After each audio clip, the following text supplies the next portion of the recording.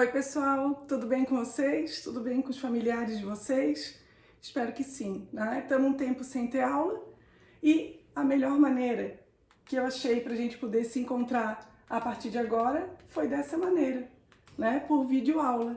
Eu acho que assim vai ficar bom porque a gente volta a ter o contato e não perde um pouquinho da química, né? Então, a nossa aula de hoje vai ser a nossa primeira aula e a gente vai rever um pouquinho o que a gente viu até aqui de química em sala de aula, né? A gente viu, primeiro, os estados físicos da matéria, a gente estudou os estados físicos e as suas características. Lembra que a gente falou de sólido, líquido e gasoso. A gente falou também da mudança dos estados físicos. Em seguida, a gente estudou sobre substância pura simples, substância pura composta. A gente viu também o que é uma mistura comum, uma mistura eutética, uma mistura azeotrópica, quando que existe e quando que não tem reação química pelo fenômeno físico, pelo fenômeno químico. A gente viu também os métodos de separação de mistura, para uma mistura homogênea e para uma mistura heterogênea, sendo que é muito importante saber também quais são os estados físicos da matéria. Em seguida, a gente estudou o modelo atômico. A gente falou sobre a evolução do modelo atômico. A gente falou sobre a definição do átomo, que foi Leucipo e Demócrito. Depois a gente falou sobre o modelo de Dalton. A gente falou sobre o modelo de Thomson, Rutherford, Rutherford-Bohr. A gente falou também um pouquinho sobre Max Planck e Summerfield. Até que a gente chegou no modelo atômico atual. E para o modelo atômico atual, a gente viu a identidade do átomo. A gente viu que essa identidade do átomo a gente chama de número atômico. A gente falou também de um átomo no estado fundamental e um átomo na forma de um íon. A gente estudou o número de massa, aprendemos a calcular também o número de massa. Elemento químico, quando que eu tenho um isótopo, um isóbaro, um isótono, um isoeletrônico. A gente conseguiu ver essa diferença também sabendo quando que é um elemento químico e quando que não é um elemento químico. Quando que não é o mesmo elemento químico. Então tá aqui. O que a gente aprendeu foi sobre o átomo. A gente viu que existe uma divisão, sim. O átomo ele é dividido em núcleo e eletrosfera. A primeira parte que a gente estudou foi sobre o núcleo. A gente viu que a grande quantidade de massa de um átomo se encontra no núcleo desse átomo, onde dentro do núcleo a gente tem os prótons e os nêutrons. A gente estudou isso na parte de número de massa. O que a gente vai estudar agora? A gente vai estudar o que a gente chama de casa do elétron. O que é a casa do elétron? É a eletrosfera. E o que a gente tem que lembrar? Que quando a gente estudou os postulados de Bohr, a gente viu que na eletrosfera a gente pode chamar de nível ou camada de energia a região do átomo onde o elétron pode se movimentar. Essa região do átomo onde o elétron pode se movimentar, ela vai de 1 a 7. O primeiro a gente representa pela letra K.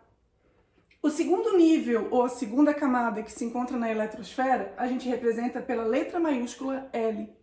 O terceiro nível, ou a terceira camada da eletrosfera, a gente representa por M. Em seguida, N, O, P e Q.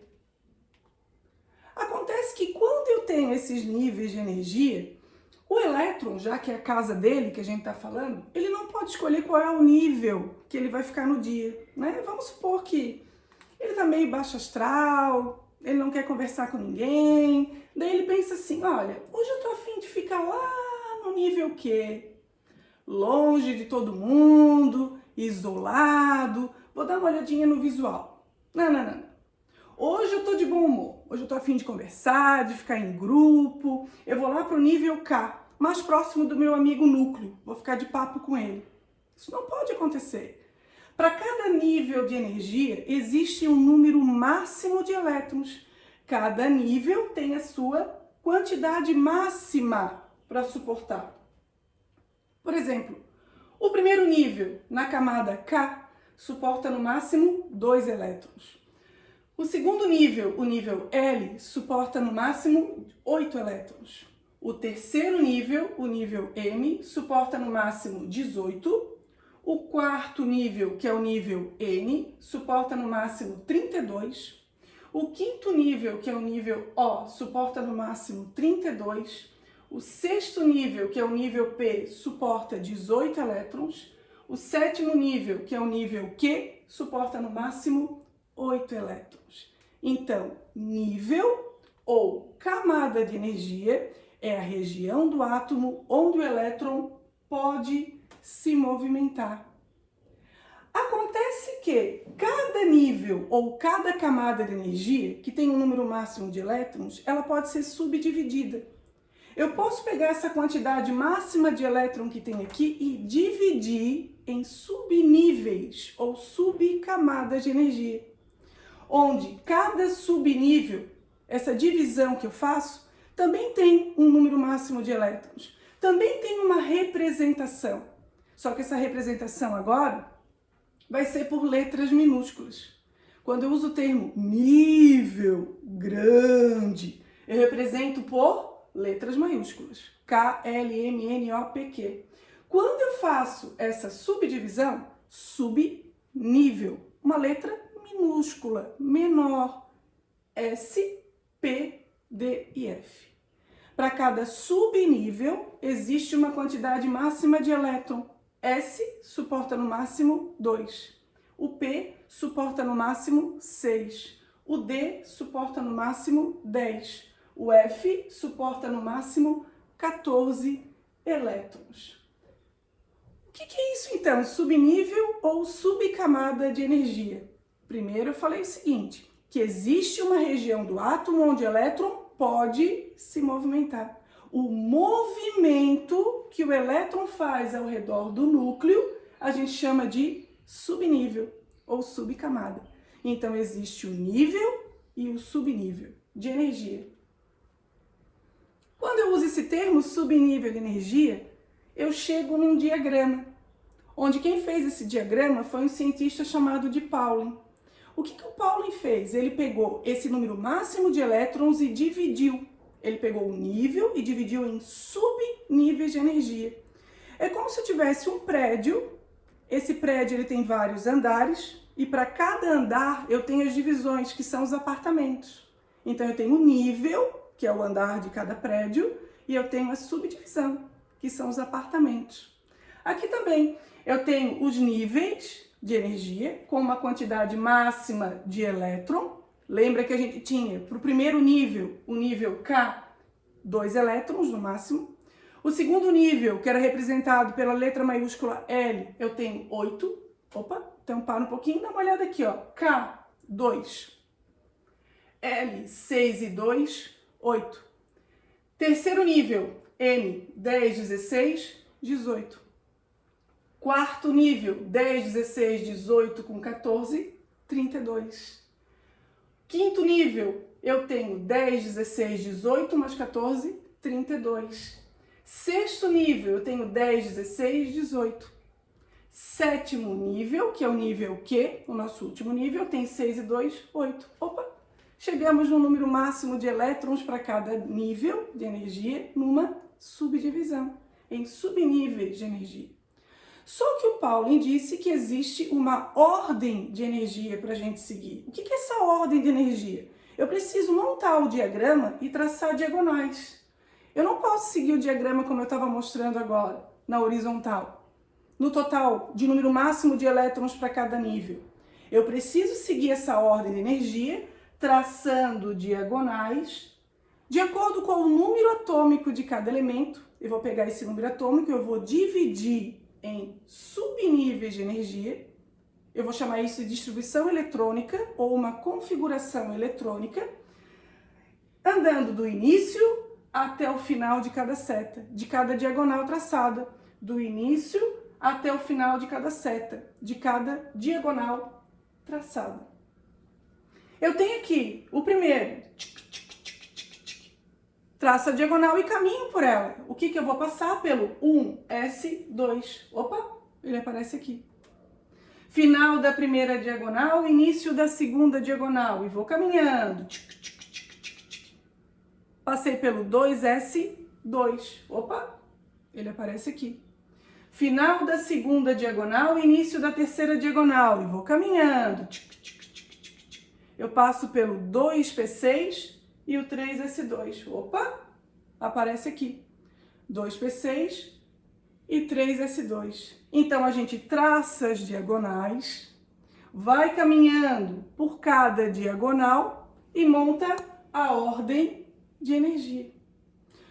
Para saber montar o diagrama, então achei legal colocar esse macetezinho que aparece aqui. A gente tem que lembrar que o primeiro nível, o nível K, ele só tem um subnível, S. O segundo nível, que é o nível L, ele tem dois subníveis, o S e o P. O terceiro nível, ele tem três subníveis, o S, o P e o D. O quarto nível, ele tem quatro subníveis, o S, o P, o D e o F. O quinto nível, ele tem quatro subníveis, o S, o P, o D e o F. O sexto nível, ele tem três subníveis, o S, o P e o D. O sétimo nível tem dois subníveis, o S e o P. E o último nível, o nível Q, tem um subnível. Então, como é que ficou? Para ficar melhor de gravar e para a gente montar. Montou o diagrama, traça a diagonal e vai caminhando por cada diagonal. Lembrando que essa é a ordem de energia. Eu coloquei aqui como SO, lembrando que o primeiro subnível é o S. Sopa, lembrando que tem dois subníveis, SP. Sopa D, quer dizer que aqui tem três subníveis, o S, o P e o D. E sopa D, feijão. Quatro subníveis, S, P, D e F. Fica melhor de gravar. O que significa quando eu coloco 1S2, quando eu coloco 2S2, 7S2? Eu vou ter um número grandão na frente, lembra que a gente falou de grandão, nível, grande, representa o quê? K, L, M, N, O, P, Q. Então, o número 1 indica o primeiro nível de energia, o K. Se eu colocar 2S2, o 2 que vai estar na frente, o número grandão, vai estar representando o segundo nível de energia, o nível L, e assim por diante. Só que além de um número grandão, tem também um número pequenininho. O que é esse número pequenininho? Que vai aumentando de 4 em 4. 2, 6, 10, 14. Indica o número máximo de elétrons para cada subnível, para cada letra minúscula. O S suporta no máximo 2. Quando for o P, vai aparecer um 6, porque ele suporta no máximo 6. O D vai aparecer o 10, porque ele suporta no máximo 10. E o F vai aparecer um 14, porque ele suporta no máximo 14 elétrons. A letra minúscula, lembra que é o subnível ou a subcamada de energia. Como que o enunciado vai pedir? Ele pode pedir para a gente fazer a configuração eletrônica, ele pode pedir para a gente fazer a distribuição eletrônica, ele pode pedir em nível ou em subnível. Aqui ele pediu, faça a distribuição eletrônica em nível e subnível de energia dos elementos abaixo. O primeiro elemento que eu coloquei foi o silício. O número atômico do silício é igual a 14. O que eu tenho que fazer? Pegar esse número 14 e dividir. Fazer uma divisão, que a gente chama de distribuição eletrônica, pelo diagrama de Pauli. Então, eu traço a diagonal e vou seguindo a primeira diagonal e vou caminhando.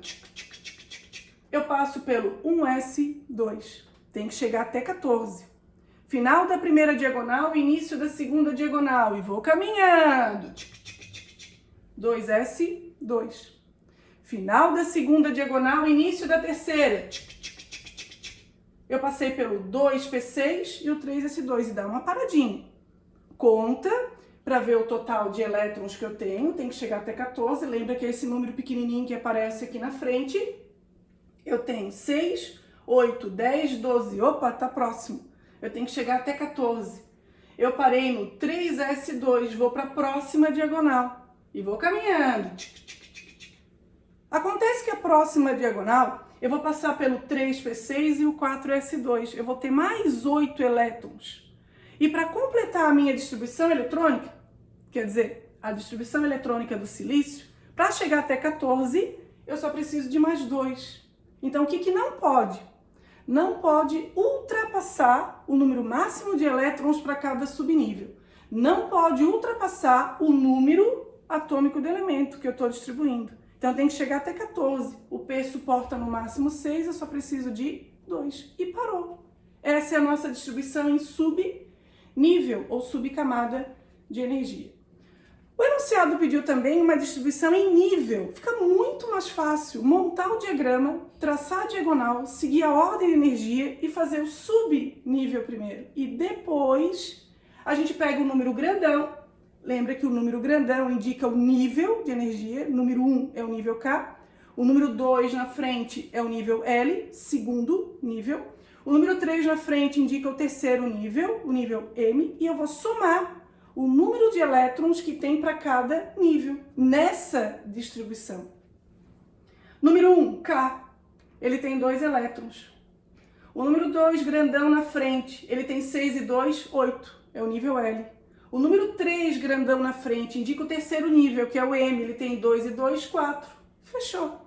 Agora eu tenho a distribuição eletrônica em nível e subnível de energia, como pediu o enunciado. O próximo exemplo eu coloquei o bromo com identidade, com número atômico igual a 35. Eu vou pegar esse 35, vou seguir o diagrama de Pauling, lembra que é através da diagonal, ordem de energia. Vou seguindo cada diagonal, do início até o final da primeira, do início até o final da segunda diagonal, do início até o final da terceira diagonal, até eu chegar no número 35. De novo, eu parei no 4P5.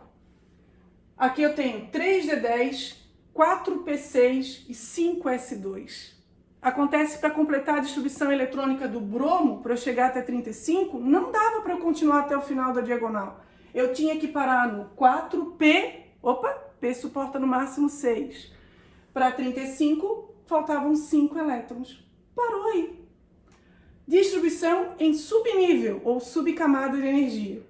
A distribuição em nível pega o número grandão da frente, 1, 2, 3, 3, 4, 4, e soma o total de elétrons que eu tenho nessa distribuição para cada número grandão, para cada nível que eu tenho na distribuição do bromo. Número 1, primeiro nível K, no máximo 2. O número 2, segundo nível L, eu somei e tem 6 e 2, 8.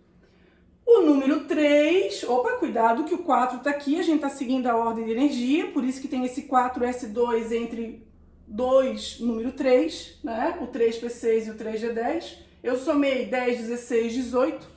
E o número 4, de novo, entre o número 4, entre o nível 4 eu tenho um 3G10, esse eu não conto, eu vou contar só o do nível 4, eu tenho 5 e 2, 7. Fechou. Distribuição em subnível e em nível de energia. O enunciado também pode usar o termo camada de valência, camada mais externa, última camada. Quando ele usar esse termo, lembra que eu estou falando de camada ou de nível de energia. K, L, M, N, O, P, Q. Então, se ele pedir qual é a camada de valência, eu tenho que ver qual é o número grandão, o maior número grandão que apareceu na frente da minha distribuição. Qual é o nível mais alto que aparece na minha distribuição? 1, 2, 3 e 4. Nível, camada 4. Então, a minha camada de valência é a camada 4. Aqui, o enunciado pode pedir também qual é a camada mais energética. A camada mais energética é onde encerra a minha distribuição eletrônica. Por coincidência que deu o mesmo número, né? Deu a camada K, deu nível 4, né? Que foi o último, camada mais energética, onde que encerrou, em qual número grandão, em qual nível, em qual camada, que eu parei a minha distribuição eletrônica, foi no 4. Por coincidência deu o mesmo número. A camada de valência, a camada mais externa e a última camada é o 4. E a mais energética, onde encerrou, 4 também. A gente vai ver isso de novo depois em distribuição eletrônica de cátion, tá? Não se preocupe. Aqui eu coloquei como exemplo o bário. O número atômico dele é um pouquinho maior, 56. Não tem problema. né? Se o número atômico é grande ou se o número atômico é pequeno, não tem problema. A gente vai fazer da mesma maneira. A gente vai pegar o diagrama, montar o diagrama, lembra? Sopa, sopa de feijão. Monta o diagrama e traça a diagonal. Segue do início até o final de cada diagonal, até chegar no número, nesse caso do bário, que eu preciso, 56. Pego o número grandão, que indica o nível de energia, eu somo a quantidade máxima que tem de acordo com essa distribuição. E deu. Essa é a distribuição eletrônica em subnível, ou subcamada, de acordo com o diagrama de Pauling, do bário. Essa é a minha distribuição eletrônica em nível ou em camada, de acordo com o bário. O que a gente vai combinar para a nossa aula 2? Para a nossa próxima aula, seria bom dar uma treinada nessa matéria, né? Fazer esse exercício aqui, ó. A gente está no módulo 4 do caderno 1, na nossa primeira apostila, né? Então eu gostaria que vocês fizessem para a próxima aula, página 362, o exercício 1, 2, 3 e 4, a página 363, o exercício 1, 2, 3, 5 e 6. E por hoje é isso. Isso é o que eu combinei, né? O que eu preparei para a nossa primeira aula. Então espero que vocês tenham gostado, né? A gente vai se encontrar dessa maneira, né? Uma vez por semana, e façam os exercícios. Daqui a pouco a gente vai combinar também como que a gente vai fazer para tirar dúvida desse exercício. Não se preocupe, tá? Um beijo para cada um de vocês e até a próxima aula. Tchau!